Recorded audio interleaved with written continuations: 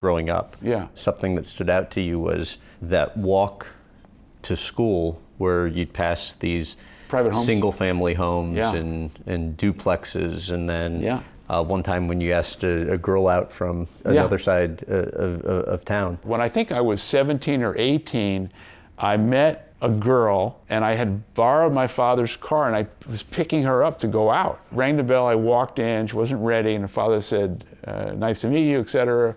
Where do you live? And I proudly said, I live in Brooklyn. Where? I live in Canarsie. Oh. And then he finally said, do you live in the projects?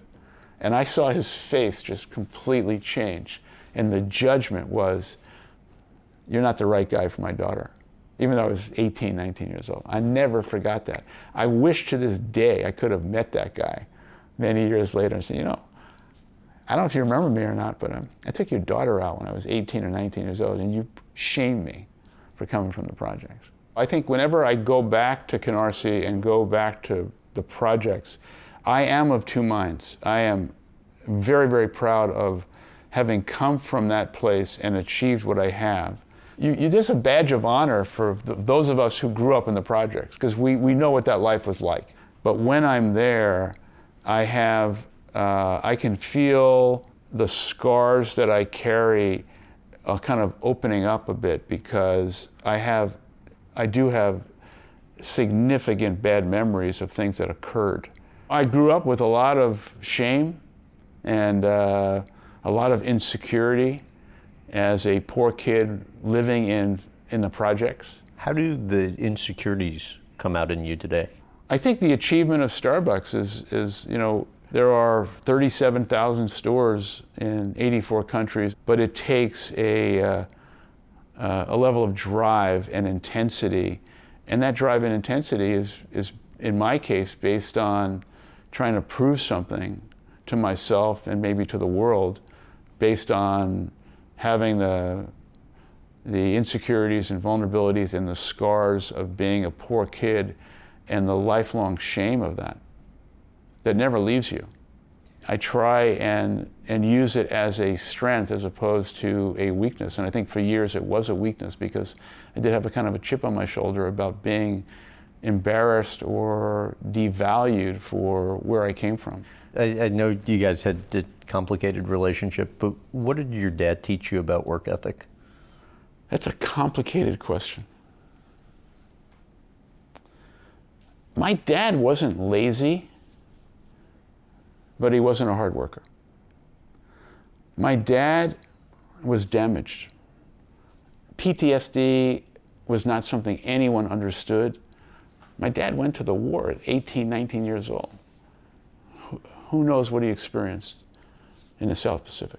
Who knows what happened? He came back with dengue fever, left high school at 15, uneducated. And he bounced around his entire life with one bad, blue-collar, bad job after another. And he established himself always as the victim and never took responsibility. And I think... and that made you bitter? I think I was disappointed in him. I was afraid of my father. He was a physical father. He beat you up on occasion? There were moments that he just had a lot of rage. In later years, I think I had tremendous empathy and compassion for what he must have experienced, but there also was anger and disappointment as I got older, not as a kid. But I didn't learn work ethic from my father. The work ethic that I have came from survival and realizing nobody was going to give me anything. In 1960, your mom takes you to a JFK speech in Brooklyn. Yeah. What do you remember from that? As a kid, there are moments in your life that you think, well, I'm not going to be able to remember that. But I'm holding my mother's hand, and all of a sudden, Senator John F. Kennedy is on stage giving a campaign speech. And there we were. And I think her hopes and dreams for me was steeped in what John F. Kennedy was saying. So she took me to that rally. We went home. He becomes president in 1960. And November 22nd, 1963, he gets assassinated. My mother's hysterical, crying in our small apartment. And for the next 3 days, she sat on the couch, she never slept, black and white TV, smoking cigarette after cigarette, and she was never the same. My mother had years and years of depression and all kinds of things. But that was a defining moment. The role your mom played in your life, and you think the lessons that she taught you would be what, looking back?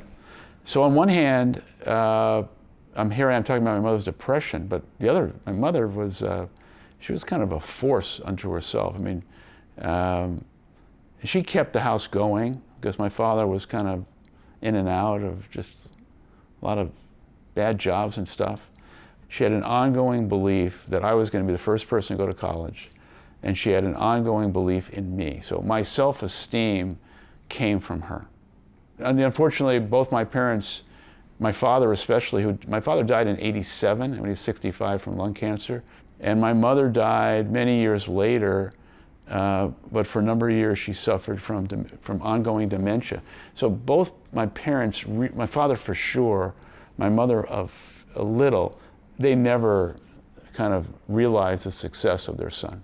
Not even your mom when she, because I remember. Not to the extent. I read a story where you're walking her through Starbucks and she asks you something about who's paying all these people. Well, this early years of Starbucks, probably 1,000 people in the office or so.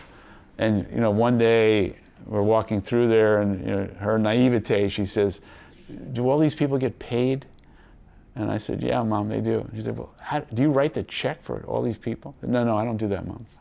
Someone else does that."